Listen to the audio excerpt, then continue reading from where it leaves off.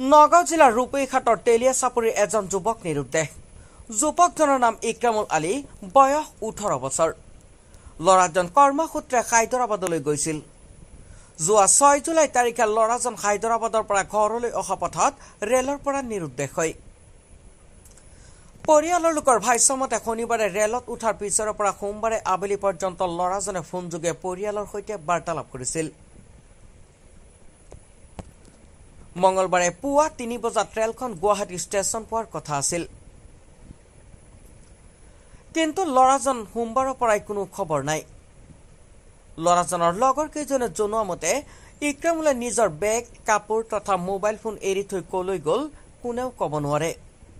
ঘটনা সন্দৰ্ভত ল'ৰাজনৰ পৰিয়ালে আৰক্ষীক অৱগত কৰাৰ লগতে কাষ চাপে সংবাদ মাধ্যমৰ। কোনো সদাশয় ব্যক্তিয়ে ল'ৰাজনৰ কোনো সংবাদ পালে স্থানীয় আৰক্ষী থানা অথবা পৰিয়ালৰ ফোন নম্বৰত যোগাযোগ কৰিবলৈ কাটৰ আহ্বান জনাইছে। পৰিয়ালৰ ফোন নম্বৰ 8812939588। ফোন নম্বৰটো আকৌ কৈ দিছোঁ 8812939588। ৰূপহীহাটৰ পৰা আছাদুল হকৰ সহযোগত ইনামুল হকৰ ৰিপৰ্ট। ঘটনাটো হৈছিল মানে ইক্ৰামুল ইছলাম, বাপেকৰ নাম হ'ল শুকুৰ আলী, গাঁও তেলিয়া চাপৰি, থানা ৰূপহীহাট। এই ল'ৰাজন অন্ধ্ৰপ্ৰদেশৰ পৰা ট্ৰেইনত উঠিছিল শনিবাৰে।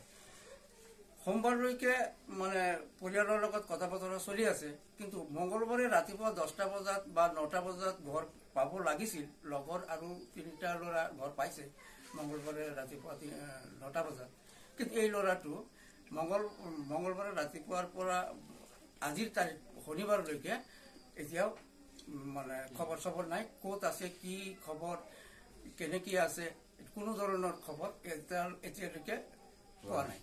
পৰিয়ালেও পোৱা নাই বা আমাৰ ওচৰে পাজৰে কোনো মানুহে দেখাও নাই। গতিকে এই ল'ৰাটো যাতে আমি পাওঁ, আৰু এই ল'ৰাটো পৰিয়ালৰ মাক বাপেক মানে এনেকুৱা অৱস্থাত হৈছে ল'ৰাটোৰ কাৰণে খুব মানে ধৰি লওক মানে কান্দোন। তাৰপিছত ল'ৰাটো লাগে বুলি মাকজনীক হস্পিটেলত ভৰ্তি কৰোৱা হৈছে। ভৰ্তি কৰাৰ পিছত আহিছে। মই অসমৰ ৰাইজক মানে এটা অনুৰোধ জনাওঁ, আমাৰ এই স্ক্ৰীণত যিটো নাম্বাৰ আছে এই নাম্বাৰটোত যদি যোগাযোগ কৰে, আমাৰ ফটোটোও দিয়া আছে, যাতে ফটোটো যদি কোনোবাই চিনাক্ত হয় তেনেহ'লে এই ফটোৰ যোগেদি যাতে পৰিয়ালে এই ল'ৰাটোক মানে খবৰটো দিব পাৰে, তাৰ কাৰণে হ'ব জনাওঁ। আপোনালোকৰ লগত ল'ৰাটোৰ শেষ যোগাযোগ কেতিয়া হৈছিল? এই সোমবাৰ 4টালৈকে। সোমবাৰ 4টালৈকে? হয়। ল'ৰাজন ট্ৰেইনত উঠিছিল কেইটাত? মানে শনিবাৰে উঠিছিল। শনিবাৰৰ পৰা সোমবাৰলৈকে আপোনালোকক বহুবাৰ কল কৰিছিল নেকি? মানে কথা বতৰা চলিছিল। তাৰ হাতত টকাও নাছিল। টকা নথকাৰ কাৰণে বাপেকৰ ওচৰত ফোন কৰাৰ পিছত টকা ফোনপে'ৰ যোগে মানে পশ্চিমবংগ এলেকাৰ যিটো মালদা বুলি কয় তাতে থাকা বুলি কৈছিলে, তাতে টকা দিছে 1600 টকা।